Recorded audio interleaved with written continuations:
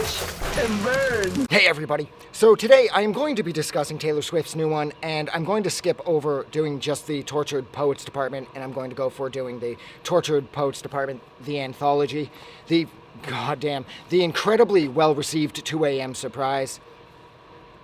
I mean, that was crazy because as of, Thursday at midnight, it became Friday, and then Friday at 2 a.m. she released an additional 15 songs, rounding out the Tortured Poets Department at around 31 songs.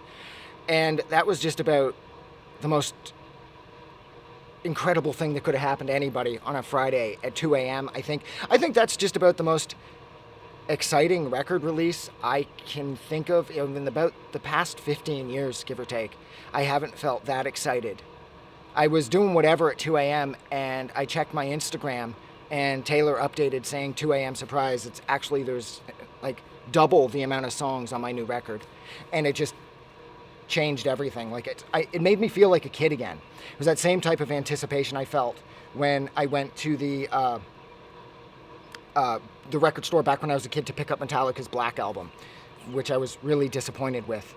Or when we used to go to like midnight releases of movies.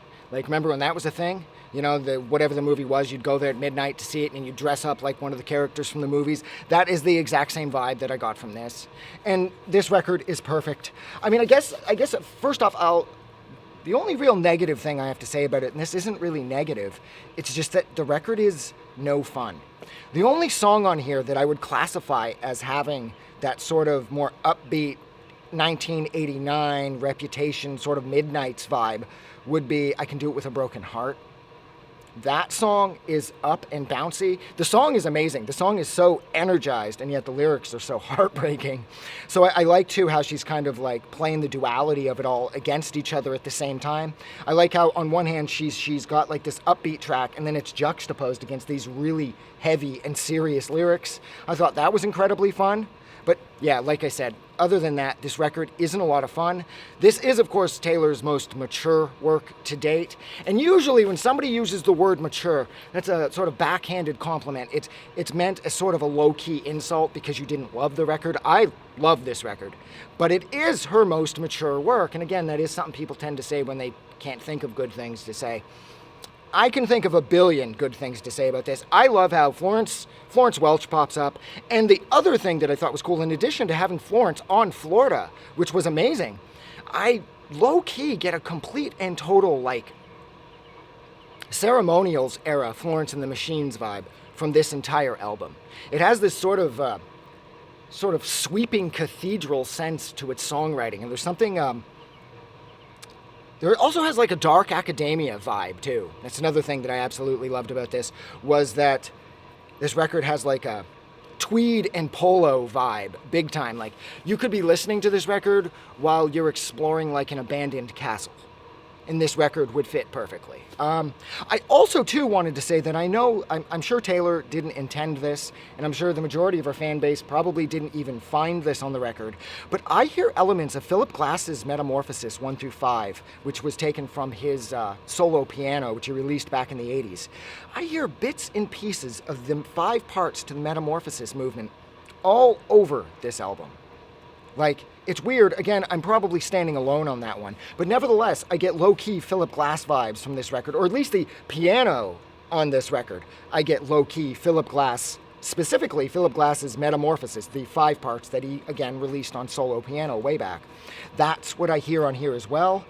The other thing I thought was cool was this is sort of Taylor sort of cleaning out her closet, getting rid of all the skeletons. Like, she addresses all of her exes, and it kind of gets the low-key vibe too that Taylor's kind of taken on the world with this album, and she just doesn't care.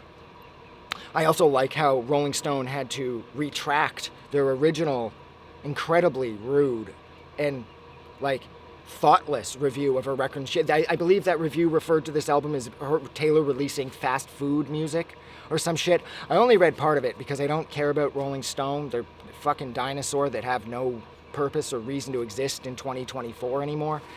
But I did like how they ended up having to retract that, saying that they released the review in haste. They should have listened to the album more. And that's why here I am. It's well over a week ago that this album was released, and I'm only getting this up now because I've been listening to it like non-stop. And 31 songs is a lot to take in.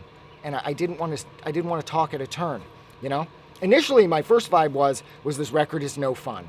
This record is way too serious, but I was really wrong about that. This record is so rhythmic, it's whimsical, it's got that patented sort of like Taylor Swift magic that everybody loves, but I'm not at the same time 100% sure if, I don't know if overall, like when everything's said and done with years from now, I don't know how well received this record will remain just because of the implied seriousness to each track.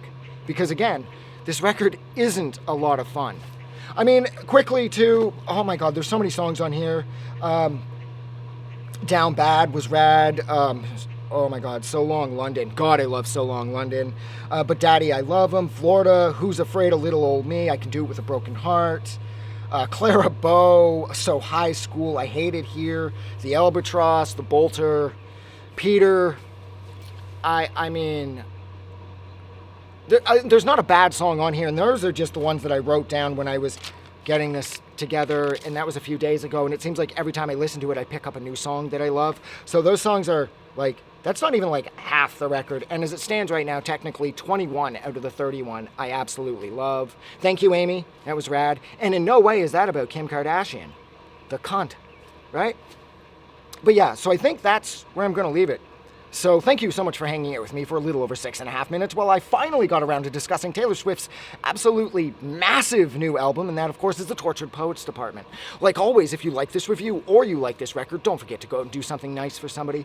But most importantly, please don't forget that the world is a hell of a lot more fun because you are in it. And whatever it is you might be going through, just hold on, because it's going to get better, and you're going to feel great again. And the sun on your face and all that shit, it's going to happen. Trust me. Have a good night, or day, or whatever. Yeah. Fuck, I do that every time.